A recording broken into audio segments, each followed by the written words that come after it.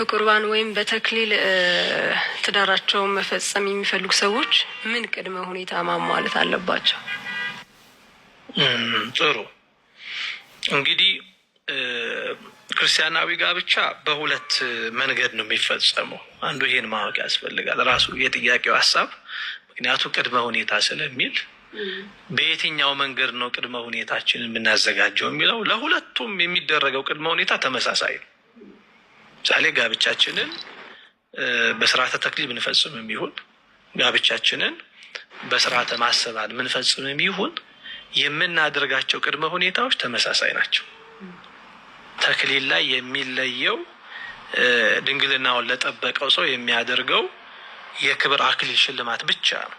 እሱ ብቻ። ከዛ ውጭ ያለው ነገር በሙሉ ተመሳሳይ ነው። ምንም ልዩነት የለውም በቅድመ ሁኔታ ደረጃ ካየን ማለት ነው። ስለዚህ እንደውም ቅዱስ ዮሐንስ አፈወርቅ ምንድን ነው የሚለው? አንድ ሰው ማግባት ከመፈለጉ በፊት አስቀድሞ መጸለይ ይገባዋል ይላል። ምን ማድረግ ይገባዋል? መጸለይ ይገባዋል። ምክንያቱም ስለሚመርጣት እጮኛ ስለምትመርጠው እጮኛ አስቀድማ የእግዚአብሔርን ፍቃድ በጸሎት መጠየቅ አለባት። እግዚአብሔርን በዛ ሕይወት ስላከበረችው እርሱም ደግሞ ለእንዲህ ያለው የበጎ ትዳር አብሮን ለሚራመደን ሰው ማለት ነው ረጅሙን ጉዞ አብረን ለሚሄድ ሰው ደግሞ እግዚአብሔር ምንን ይሰጠናል? በረከትን፣ ፍቃዱን ይሰጠናል ማለት ነው። ብዙዎቻችን እንኳን በጋብቻ ሕይወት አይደለም በአጠቃላይ ሕይወታችን ብዙዎቻችን እግዚአብሔርን ወደ ሕይወታችን የምንጋብዘው በራሳችን መንገድ ሄደን ነገሮች ሲበላሹብን እኮ ነው።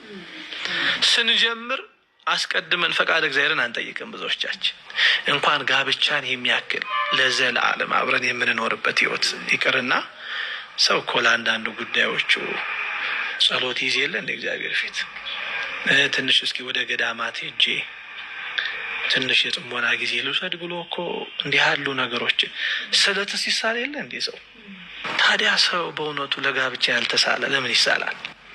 እውነተኛ ረዳት ወደ አንተ የሚያቀርበኝ በንስሐ ሕይወት የሚያበረታኝ በስጋው ደሙ እንድበረታ የሚያግዘኝ መንፈሳዊ ሕይወቴ እየጎለመሰ እንዲሄድ የሚያበረታኝ ረዳት ስጠኝ ብሎ ሰው መለመን፣ ፈቃድ እግዚአብሔርን መጠየቅ፣ መሳል ጭምር አለበት። በእውነቱ ሰው ስራ ለመግባት ስለት ይሳልልኝ የመጀመሪያ ደሞዜን እሰጣለሁ ይላል እኮ።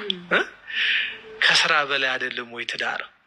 የዘላለም ሕይወት መንገድ አይደለም ወይ? ስለዚህ እንዲህ ያሉትን ቅዱስ ዮሐንስ አፈወርቅ እንዳለው ከማግባቱ በፊት አንድ ሰው ፈቃድ እግዚአብሔርን በጸሎት በመጸለይ መጠየቅ አለበት።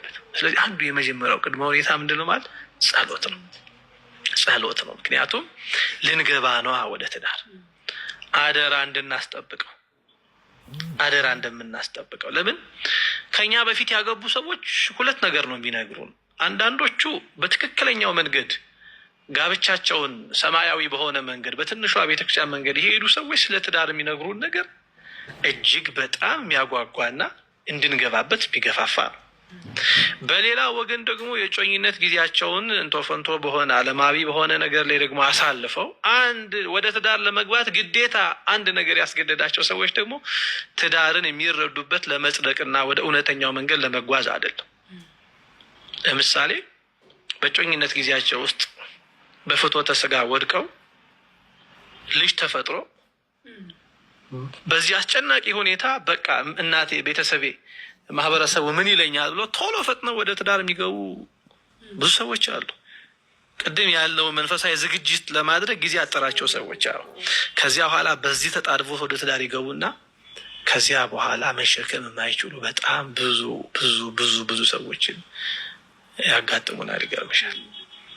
እንዳልወጣ ልጅ ያለኝ ምን ላድርግ፣ እንደዚህ ያለ ኑሮ ከምኖር ምን ነው ብለው ትዳራቸውን የሚረግሙ ያችን ቀን ብለው የሚጸጸቱ ስንት ሰዎች አሉ መሰለሽ። ስለዚህ ወደዚህ ህይወት ስንገባ አስቀድሞ እግዚአብሔርን መጠየቅ የሚለውን ህይወት በጣም መሰረታዊ አድርገን መያዝ የሚገባን ጉዳይ ነው።